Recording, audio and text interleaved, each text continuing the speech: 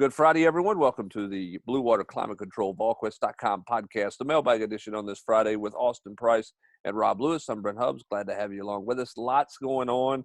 I would give us a big opening question, but it's all the questions we know that everybody's wanting to talk about, and that's obviously this college football season. So, guys, I'm going to jump right into this thing. Again, you can check out our friends at Blue Water Climate Control. You can check them out online at bluewaterclimatecontrol.com, or you can check them out on Twitter at BlueH2O_climate. Great things happening with that company right now. We're certainly so appreciative of their partnership with us and their willingness to sponsor us on the podcast here. And we'll tell you more about them coming up a little bit later in the podcast. But if you got any air conditioning needs, they're the company you need to call in this East Tennessee area because they can take care of you immediately. All right, let's go to Signal Vol here. He says, I know it's been asked, but would the SEC play if they're the only conference willing to do so? At this point, it seems like the Big 12 and the ACC will move forward too. How likely do you think a season is at this point? And then the second question of that, how are the freshman wideouts looking? Or are you still thinking Hyatt is most likely to make the biggest impact this season? I'm not changing my stance on Hyatt. Austin, I know you've been on that Hyatt conversation as well. I like Hyatt because he can stretch the field vertically. I like his height. His willingness to high point the ball. I think he fits what Tennessee's looking for in a downfield threat. And I think that he's more of a complete wide receiver that even Tennessee knew. And that's kind of been the indication given to me is, we knew he was good. We knew he could run, but we weren't sure he was this good.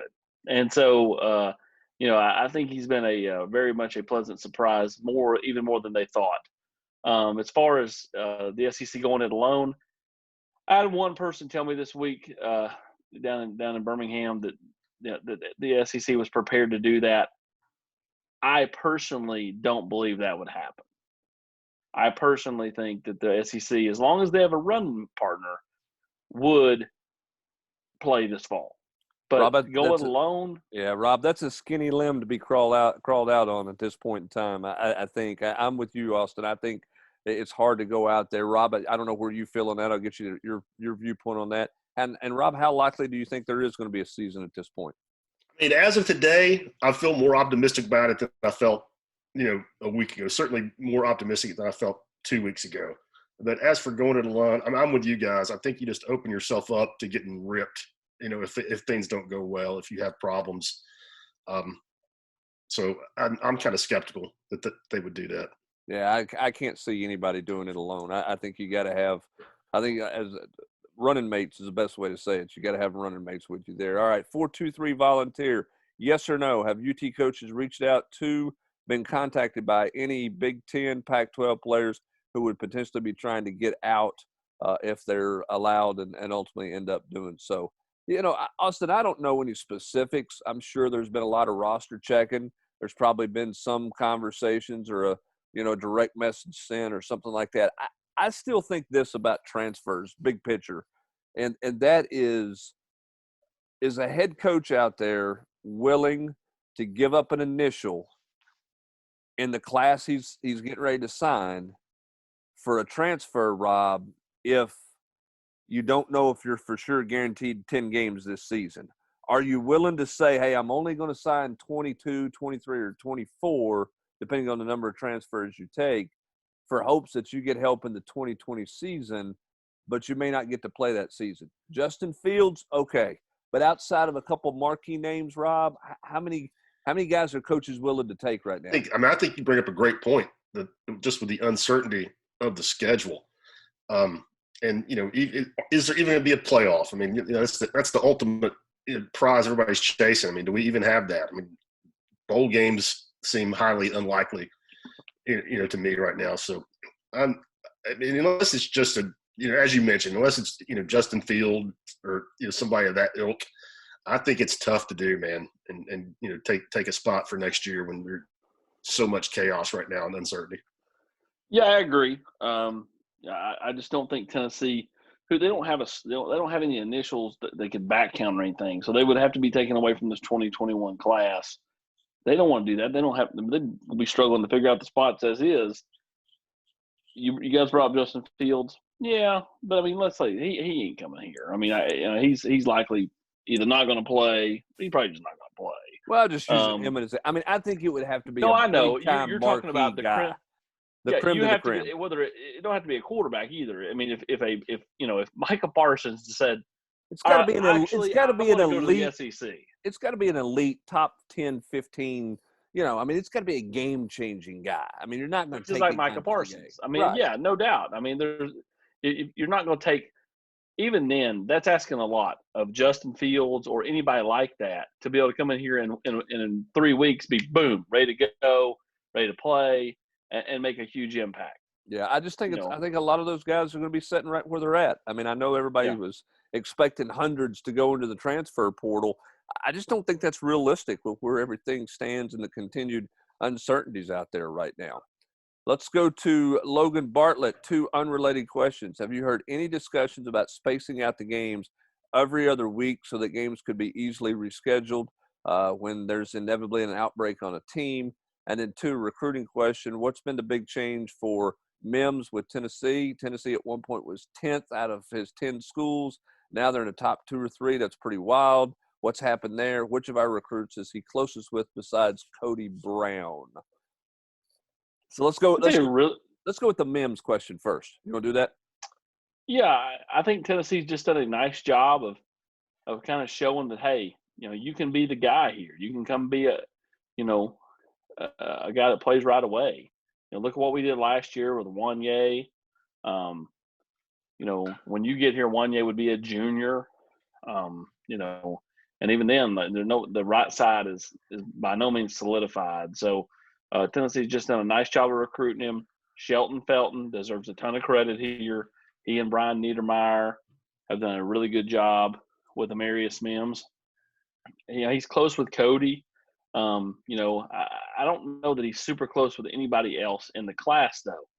I think Julian Nixon has worked on him some, but those guys really kind of 2 different parts of Georgia. So I know he's close with Cody. That's the only one I know he's super close with. I just think the staff's done a nice job of recruiting him. What was his first question, Brent? The question about spacing out the season, putting off dates in there. We know that they're not going to. Yeah, I know correct. That's been floated about by some people. There's been some coaches out there say, hey, you take 3 months to work in your games, put a week in between them, or play a couple times a month, or even one month maybe play 3 times and go in that way. But if you're going to go 10-game season starting on the 26th and you're going to play the SEC championship game on the date they announced, you're not spacing it out like that. There's not enough weeks. So that's not going to be in the plans. It was in one of the gazillion plans to discuss, but that's not where they ended up landing when they announced what their plan was for the fall, which was the 10-game conference only schedule. All right, volunteered 87 with another question here. 2 recruiting questions. What's the story on Jim Chaney? Don't hear much about him on the recruiting trail. Hear a lot more about Ansley, and obviously Jeremy Pruitt working the recruiting trail. Why do you not hear more about Chaney? And 2, can you give any insight to what a virtual visit looks like? Well, I think what Jim Chaney is Jim Chaney is a sneaky good recruiter, but he's not ever going to be the lead guy. He's a guy you bring in as the, I won't say closer, but he's more kind of like that number 2, or if you want to go to the baseball analogy, he's the middle reliever. He's not going to get things started. He's not necessarily going to close, but he does a nice job of coming in. He's a really good relationship builder. Kids honestly really like Jim Chaney a ton. He's honest, but in a way that doesn't rub anybody the wrong way. And he does a lot of stuff with the offensive linemen, and he does a lot of stuff with the quarterbacks. And then, of course, he has a say in other positions. And don't you think, he's a great guy on home visits. Great guy in the living room, a great guy when, kids and families are on campus, they're in the office eating meals. I mean, as you talk about relationship, I think you can just see he does a really good job of building rapport with people, making them feel comfortable. Yeah. I mean, I think that's just his natural personality. But he's not going to call 50 kids a week on the phone. Nor is he going to get land in a city and get in a car and drive for 4 days going to evaluate some guys that way. That's just not where he's at this point in his career or anything like that. Austin, do you know what a virtual and there are two different types of virtual tours, really. There's the one that is a true virtual tour that a kid watches on online and participates in that way. And then there's these others where a kid comes to campus and bounces around to, different spots on campus and has FaceTime calls with coaches and that type of things, right? Yeah, the one like Amarius Mims had, the one like Cayman Marley had, which where they come to campus, Tennessee drops a pin at the torch. Kid goes to the torch, he FaceTimes with so-and-so. They drop another pin. It's at the academic center. Family drives over there. They stand out. I mean, they literally stand outside on the sidewalk. They FaceTime with academic people.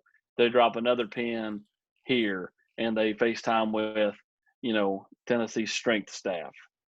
That's how that works. I mean, it's not flashy, obviously, but it's better than nothing. Yeah, and I know on the basketball side, not much more informal than a virtual visit like that. I mean, the coaches are calling kids up while they're doing workouts and showing them the drills, showing them, Rick working with kids, what's and explaining what this is for, what's that for, and just trying to be creative. All right, let's go to where was I at here? Pope Foret. Thoughts on the total scholarship numbers for football next year, given what the NCAA came out and said on Wednesday regarding conferences that aren't going to play and are players playing less than 50% of the games? How will this impact our recruiting? I think the scholarship thing, Rob, I'll start with you, is going to be fascinating. If that's what they're going to – and that's where they're landing is that if you don't play more than 50% of your games, that you don't lose the year. Seniors have a chance, can get their year back, can have another year. You got to go past 85 scholarships. Oh, no doubt. Okay. Here's the other thing too that nobody wants to remember in any of this stuff.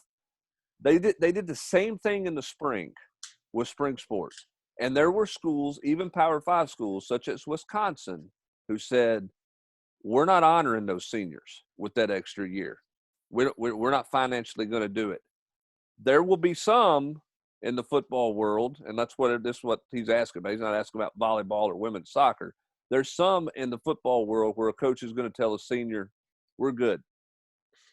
We're good. We're moving on." So I think the 85 number has to get tweaked, but I don't know that it's going to go to 120, or anything crazy like that. And then some schools will have to make some interesting decisions financially. Power 5 level, not going to be an issue there. Some lower, group of 5 schools and down, I don't know how they manage those. I mean, that's just the case that it is. I know, Austin, you and I had a conversation in our trip to Memphis in the car with somebody just talking about what do you do with some like what if a senior is graduating in December, okay, and he wasn't really going to be a factor? Are you going to tell him to hang around for spring football, or are you going to kind of shuffle on out the door there? I think coaches are going to have some really interesting decisions in roster management. And before they can start making those decisions, they got to know what the NCAA number looks like, and they got to know what their school's going to look like policy-wise with those guys. Yeah, I mean, I think all of those questions have to be answered. If they're going to make it, let's say, not even 110, let's say they make it 100, you can go 15 over. Then I think that a lot of it depends on how deep you are at a position. And then what kind of kid the kid is. I mean, they're not going to, if the kid's not really a factor on the field and he's got any kind of problems off the field, those kind of guys are going to be pushed on to another chapter of their life. So, I think that multiple things you kind of weigh, but you're right. Finding out how many the NCAA is going to let you have, finding out what Tennessee's or that particular school, for that matters, kind of stance on this, because obviously this will continue to cost more and more money for the university. Yes, absolutely. I think it's going to be really, really interesting to see how all that plays out. Obviously we're trying to get to games, but how this fall looks from a recruiting standpoint and how that's handled on so many fronts. I mean, that may be a podcast we do all to its own here in the coming days as we start to get a little more questions, because this is going to get really intriguing with some of the decisions that schools will have to make based on what the NCAA decides to do from a recruiting standpoint. Yeah, I mean, that's what we did with Jesse. I mean, he had a chance to come back for another year, and we just said, nah, you're good. You need to go on. You're terrible. Let's go to J.L. Tucker. That one got me right there. With limited spots available and needs on the offensive defensive line, why is Tennessee still pursuing defensive backs? And who out of the current commitments are the Vols looking at as safeties versus corners, Austin Price? Break them down. Why are they pursuing more DBs? Corners? Well, first of all, why are they pursuing more DBs when they're sitting where they are with this class, numbers Because wise? they can get better. I mean, why does Tennessee talk to again? And I'm not naming names because I do not drawing attention to anything. But Tennessee's got positions where they are full, but they're still talking to other players that play that same position. Why? Because you don't know what's going to happen. Well, what's to say that Auburn doesn't come in? Auburn's still swinging on Cody Brown. They call him every day. Cadillac Williams, where's Cody Brown out? So does it not behoove Tennessee to at least, do your due diligence and continue to at least, kick the tires? Not even really kick the tires, but just, try to keep it warm, try to keep in play well, with somebody. Keep it warm, just stay in contact. Just right. Don't go stale on guys that maybe, they weren't your top guy, but, that you still like them if you were to lose somebody. So, that's definitely how Tennessee is a cornerback. They're trying to get better at that position, so they can add Nyland Green, Terrion Arnold. I mean, no offense to some of those kids that are committed, but they'll fall by the wayside. All right, with Pope going down, the tight end position seems fairly shaky. Can you guys give an old man hope for this position in 2020? Love the tight end recruiting for 21, but the current crop of tight ends have me worried. I think we've all been talking about tight end for months, how this thing, where do they find the bodies at? For now, with Pope out, it's even harder.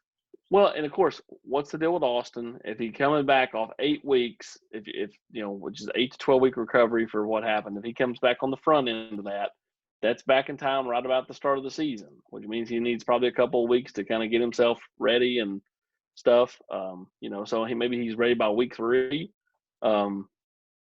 Outside of that, I mean, I don't think there is much hope. I mean, Sean Brown's got more talent than Jackson Lowe.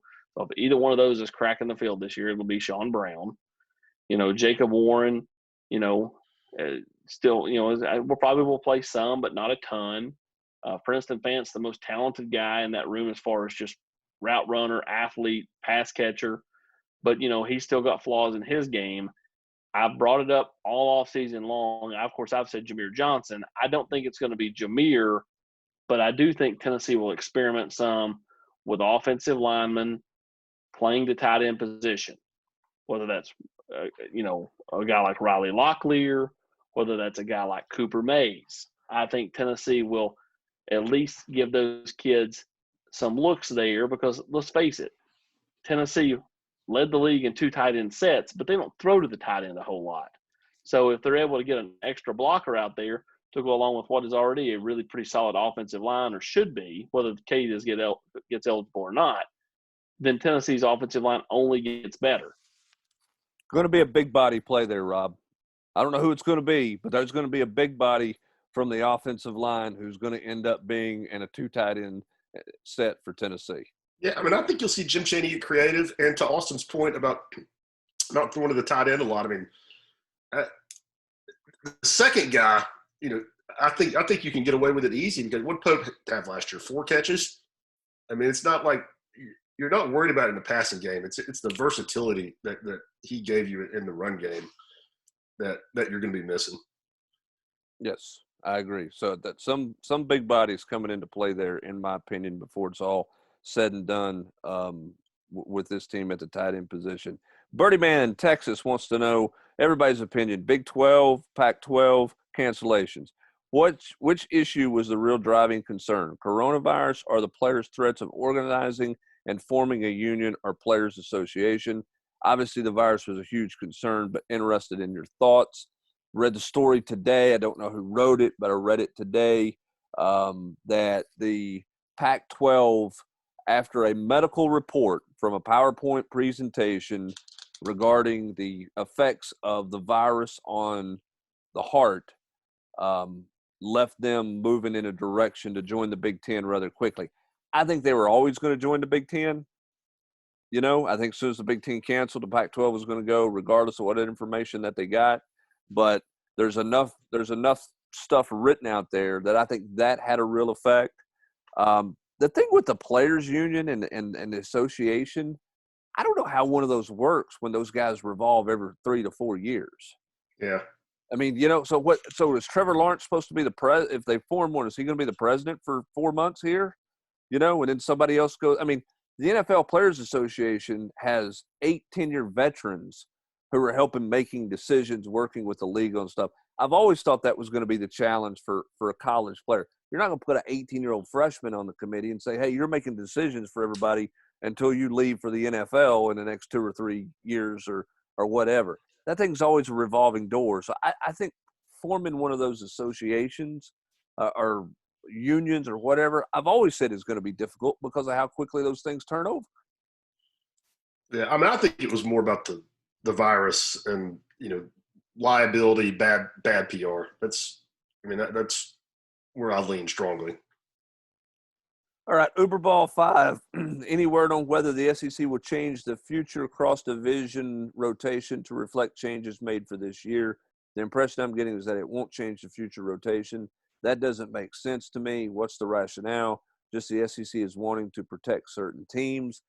I think the easiest thing to do is this is a one-off, and you go back into your rotation next year. Totally agree. You don't retweak all that stuff.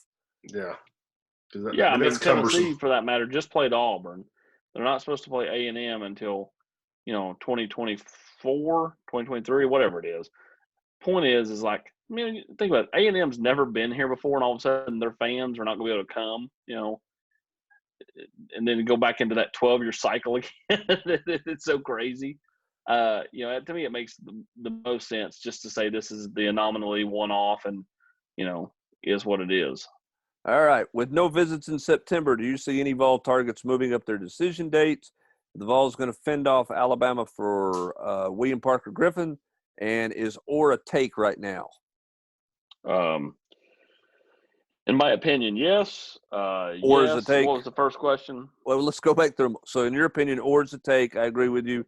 Tennessee going to fend off Bama for Parker Griffin? You're saying yes. Yes. And do you see guys moving their decision dates up with no visits and no evaluation going on with the NCAA dead period through September? I could see TID deciding, okay, they're likely not going to make, think about it. We talked with Kennedy Chandler out there, and, Kennedy is here in what, Brent? November would be, we're going to be dead at least through November is what he had heard from, I think it was North Carolina. Right. Who had been desperately trying to get him on campus, but obviously can't for a visit. So he was told it was going to be dead into November. Which means if they're dead, then football's dead. And so, I could see some kids moving it up. Why not? I mean, I could see some kids moving it back because they're probably that signing day in February is now probably a very flexible situation. I could see some kids waiting until they can make visits. Well, it's like Smile Munden. Smile Munden, I think, wanted to take visits and wait. But if he don't think he's going to get to, he told me that, I don't have to take those visits. I'm comfortable having visited all the schools that are in my top 5. Well, I think it's interesting if they don't touch the early signing date in December, what kind of pressure do those kids feel to sign in December, even though they haven't seen someplace? Because every coach out there is going to be hammering that. Well, I mean, I don't know what's going to happen in the spring, and we got a limited number of spots. Now, it's an interesting PR play, but those kids are going to feel pressure to sign in December if nothing's done about the December signing date. But then there may be somebody who says, you know what, I'm good enough, everybody's holding a spot for me. I'm not doing anything until I visit. I mean, Mims would be one of those who could do that without any question. If he wanted to wait until signing day in February, March, whenever the second one might be, everybody's going to hold a spot for him. But a lot of kids out there aren't going to get a spot, and they're going to get told that they may get squeezed out if they're not careful, which is why I think the bulk will sign in December unless they change that December signing date. Vol, who pops first, Kennedy Chandler or TID? Rob, what do you think? I think Kennedy Chandler. Think Kennedy Chandler. Maybe in a bit, right? Maybe, depending on what time we post this, it may have happened. Diego Pounds seems to be trending to Penn State. Rob, losing traction there. Or Austin, losing traction there with Diego Pounds. Yeah, again, I said this in the War Room last week. He just seems like, he likes Tennessee, but doesn't like Tennessee enough to get to that point. And I feel like a similar way with Christian Zachary to a degree. I mean, likes Tennessee a lot, but I think still holding out hope that Alabama is going to be, come hard for him and be willing to take him. So he likes the flashy object.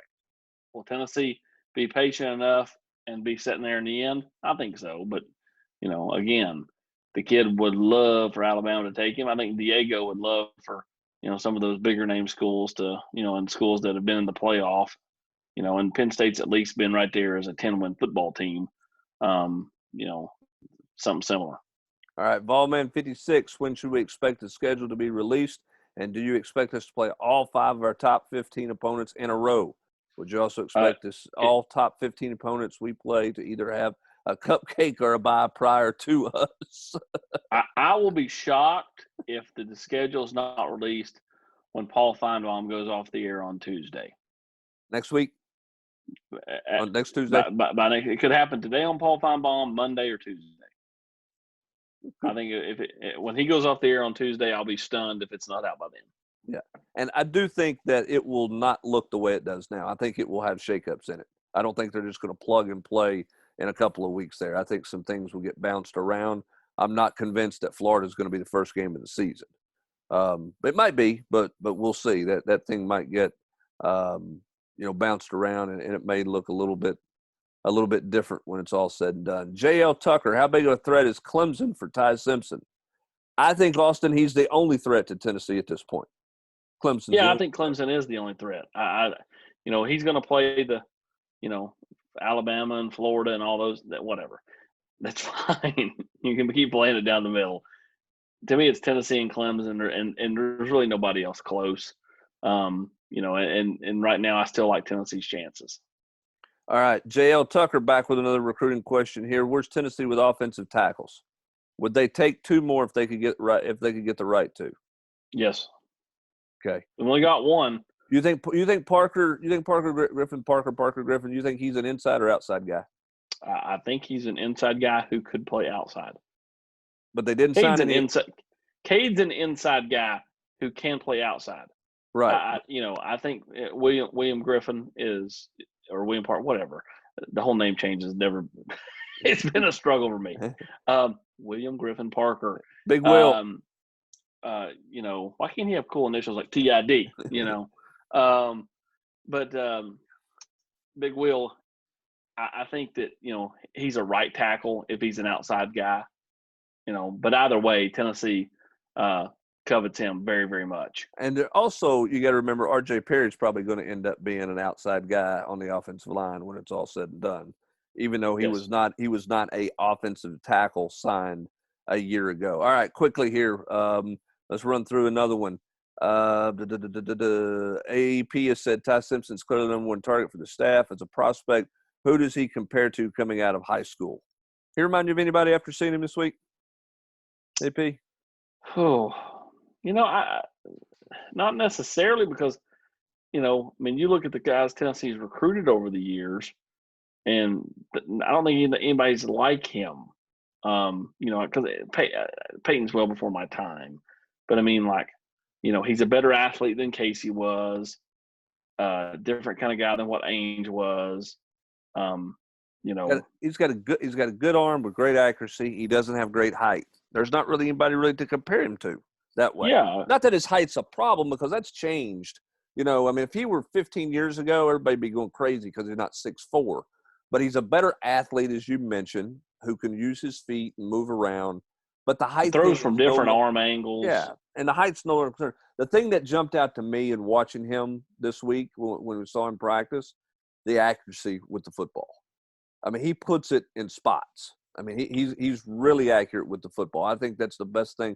I've seen him work out before, but I really like the way he is the accuracy he has. All right, Accuracy, and I'll say this. I said last week on the podcast that I think he's Tennessee's most important recruit in, I think, maybe 15 or 20 years. And after spending time with him, that kind of statement I don't think would bother him.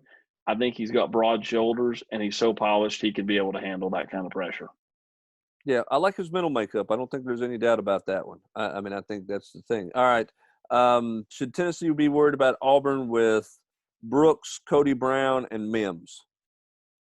Sure. I mean, why not? I think Auburn's somebody you always have to worry about.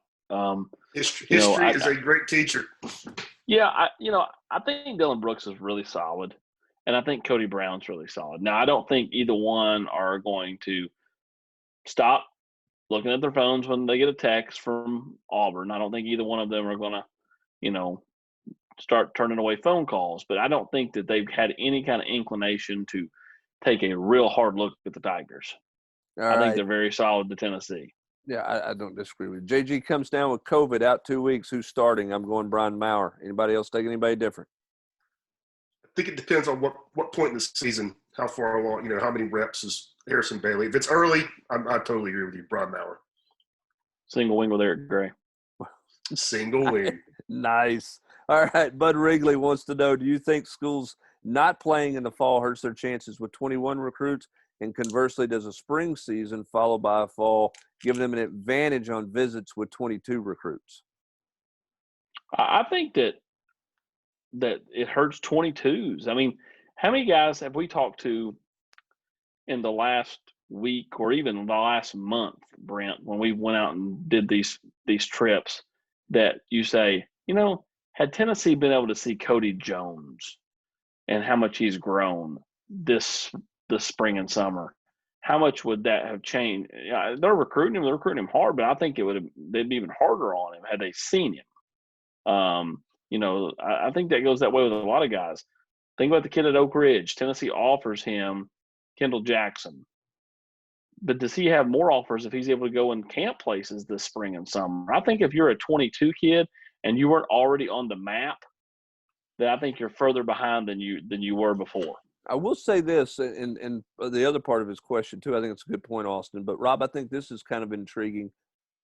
I do think it makes it harder to get those kids on campus, for the 22 kids on campus, for a spring visit at places that are not playing compared to places that are playing if you're allowed to visit. I mean, is a kid going to come watch spring practice in the SEC if the SEC plays the season, or is he going to go watch Ohio State play somebody in the spring if they have spring football? Yeah, I mean, I personally think it hurts those leagues perception-wise. I mean, he's going to kill Ohio State's program or, Penn State or Michigan, no. But, I mean, at the same time, I mean, they're not going to be in the public consciousness for months. I mean, I think it'll be used against them. I mean, I'm sure they'll try to use it to their advantage with parents and families. Hey, you can see what's more important to us is the safety and well-being of your kid, whereas the SEC is these schools will be able to sell. Hey, it just means more.